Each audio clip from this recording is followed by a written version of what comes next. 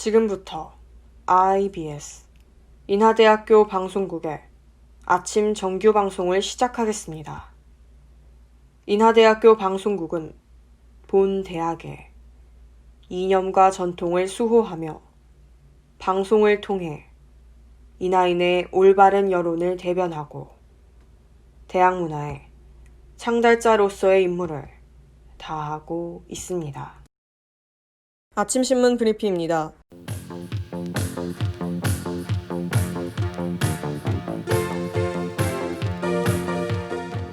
어제자 조선일보 헤드라인 기사입니다. 검찰의 수사로 산업통상부가 경제성 평가 이전에 미리 원전 폐쇄 결정을 내려놓고 대통령에게 보고한 것이 밝혀졌습니다. 원전 폐쇄를 결정할 외부 평가기관의 경제성 평가가 폐쇄되고 난 뒤 6일 뒤에야 시작됐다는 겁니다. 법조계에서는 청와대와 산업부가 월성 1호기 즉시 중단 결정을 미리 정하고 문 대통령도 사실상 이를 승인한 것 아니냐는 지적이 나오고 있습니다. 때문에 검찰은 지난 5일 검사 및 수사관 150여 명을 투입해 산업통상자원부를 비롯해 청와대 관련 행정관들의 자택을 압수수색했습니다. 한편 검찰의 이러한 수사에 대해 추미애 법무부 장관은 정치적 목적의 편파 과잉 수사라는 입장을 밝혔습니다. 또 여당은 윤석열 검찰총장의 사퇴를 요구하며 수사를 중단시키기 위한 움직임을 보였습니다.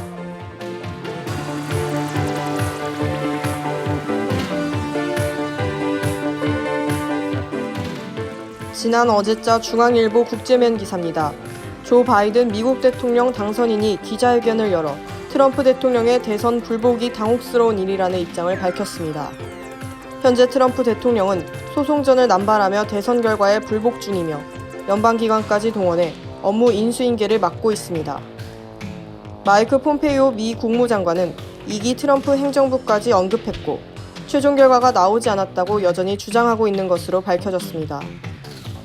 하지만 바이든 당선인은 트럼프 대통령의 패배 인정 거부에 대해 솔직히 당혹스럽다며 대통령의 유산에 도움이 되지 않을 것이라 언급했습니다.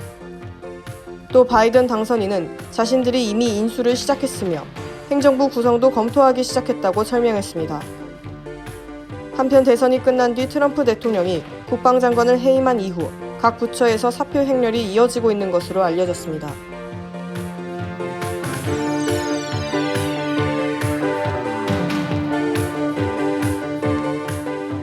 지난 어제자 경향신문 정치맨 기사입니다.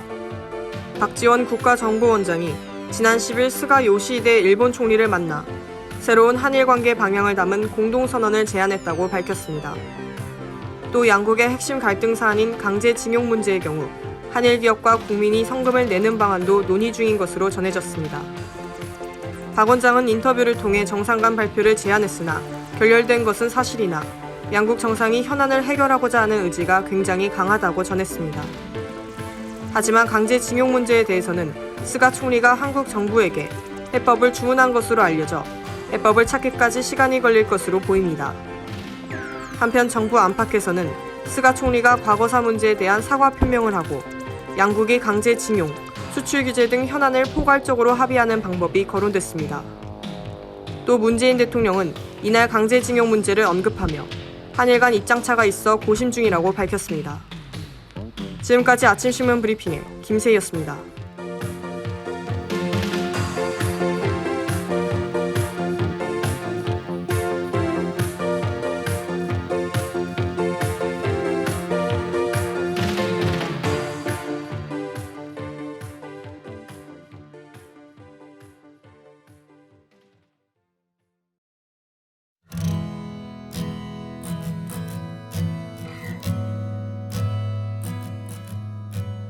갑작스런 겨울처럼 추워진 날씨에 아직 적응을 못하고 있어요.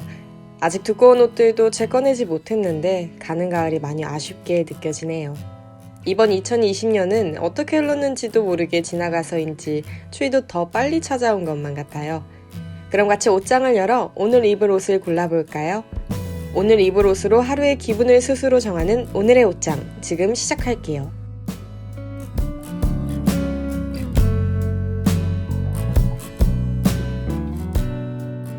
얼마 전 저는 코트 한 장 걸치고 밖을 나섰다가 쌩쌩 부는 칼바람에 옷을 갈아입을까 생각이 들어 다시 집으로 돌아왔어요.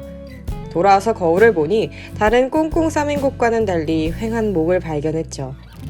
그래서 다시 옷장을 열어 지난 겨울 자주 메고 다니던 곤색 머플러를 꺼내 매봤어요. 오늘은 꼭 코트가 입고 싶었는데 머플러를 메고 나니 굳이 옷을 갈아입지 않아도 될 것 같더라고요. 머플러로 목을 감싼 후 밖을 나가니 차가운 바람도 잘 막아주고 코트와도 제법 잘 어울리는 것 같더라고요. 여러분들께서도 오늘은 먹과 따뜻함을 모두 잡을 수 있는 머플러 어떠신가요? 머플러 예쁘게 매는 법도 한번 참고해보시면 좋을 것 같아요.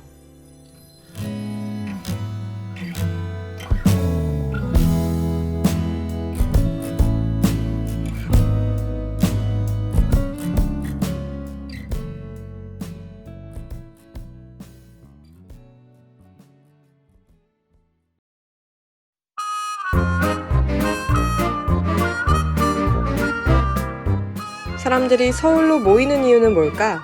왜 카페에서 일이 더 잘 되는 것 같지? 국가에서 마약을 단속하는 이유는 무엇일까? 일상 속 너무나 당연해 깊게 생각해 본 적 없었던 소소한 궁금증. 가볍고 쓸데없지만 알아두면 재밌을 것 같은 이야기. 저 김세희 아나운서가 여러분들의 작은 궁금증을 대신 해결해 드릴게요. 아침을 여는 잡다한 지식.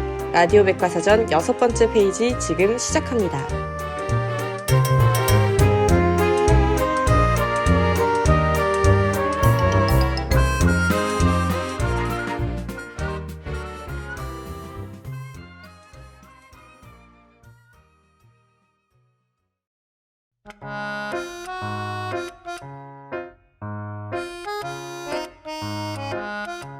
우리는 기분이 좋은 날 이것을 찾기도 하고 우울한 날 이것을 찾기도 해요. 축하할 일이 있거나 친목을 도모하는 자리에도 이것이 빠질 수 없죠. 하지만 많이 마시게 되면 항상 후회를 부르는 이것. 네, 이번 주 주제는 바로 술입니다.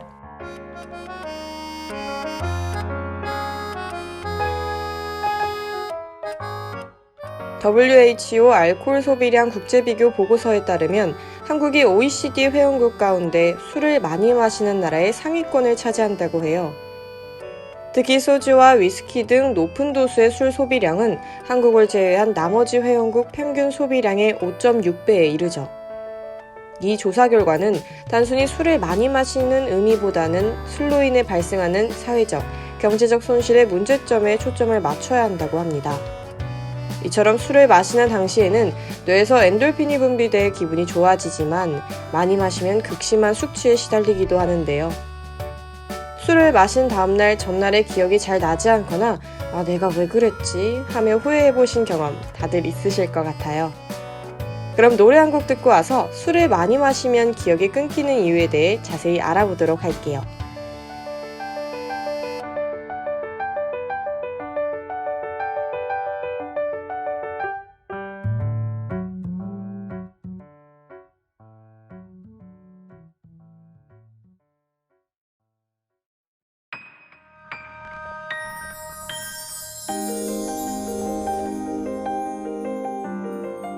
술을 마시고 기억이 끊기는 현상을 블랙아웃이라고 하는데요. 우리는 흔히 필름이 끊겼다고도 말합니다. 이 블랙아웃 현상은 전면 블랙아웃과 부분 블랙아웃으로 나뉘어요. 먼저 전면 블랙아웃은 술을 마시는 동안 일어났던 일을 전혀 기억하지 못하는 상태를 말합니다. 쉽게 말해 백지 상태인 거죠. 이와 달리 부분 블랙아웃은 전체적인 기억은 잘 나지 않고 일부 기억만 떠오르는 현상이에요. 그리고 우리나라 사람들은 보통 부분 블랙아웃을 흔히 경험합니다. 술을 마신 것도 그 술자리의 전체적 흐름도 기억하지만 특정 기억이 떠오르지 않는 상황이 대표적인데요. 따라서 다음날 주변인들에게 내가 그런 말을 했다고? 라고 묻기도 하죠.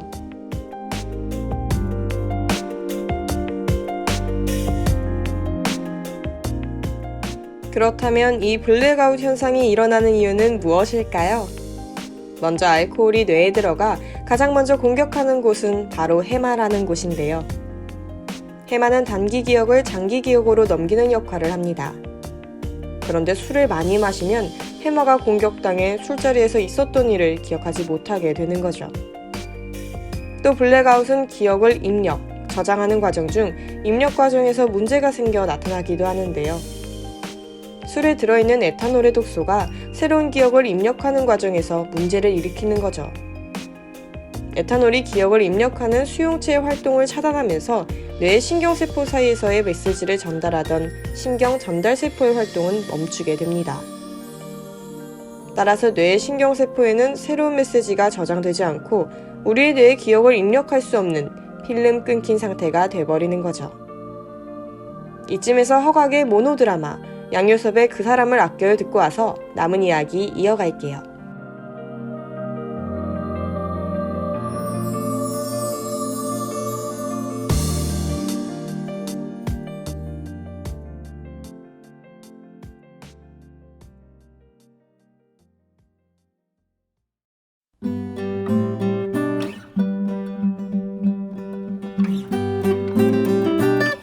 블랙아웃이 자주 반복돼 해마가 손상되면 술자리에서의 기억을 잃는 것뿐만 아니라 알코올성 치매로도 발전할 수 있습니다. 블랙아웃 초기에 일시적으로 문제가 생긴 뇌 기능은 시간이 지나면 점차 회복되는데요. 그러나 이런 블랙아웃 현상의 반복은 장기적 뇌 손상을 가져오게 돼요. 그렇기 때문에 젊어서 블랙아웃 현상을 많이 경험한 사람들이 나이가 들어서 알코올성 치매에 걸릴 확률이 높아지는 거죠. 우리나라의 알코올성 치매 발병률이 전 세계 1위에 달한다고 해요. 한국인의 약 40%가 아세트알데히드 분해 효소가 거의 없는데도 불구하고 술 소비량이 높아 나타난 결과 같은데요. 우리는 잦은 블랙아웃의 위험성을 인지할 필요가 있어 보입니다.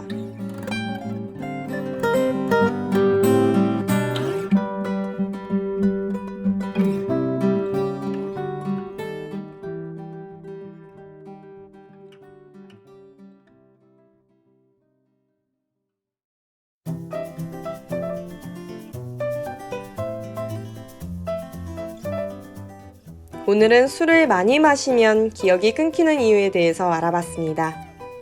잦은 블랙아웃 현상은 뇌에 영구적 손상을 일으킬 수 있다고 하니 과음하지 않도록 조절을 잘 해야 할 것 같네요.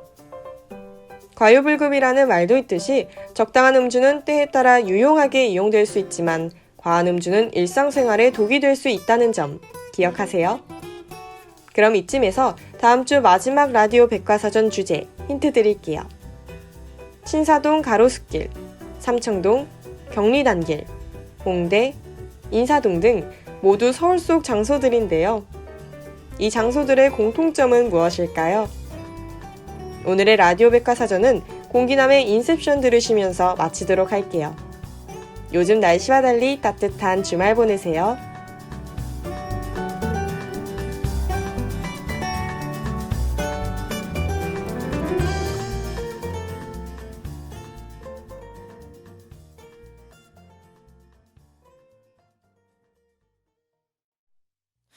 반복되는 사랑에 상처가 두려워 지금까지 제작의 박예진, 기술의 이지수, 진행의 전 김세희였습니다.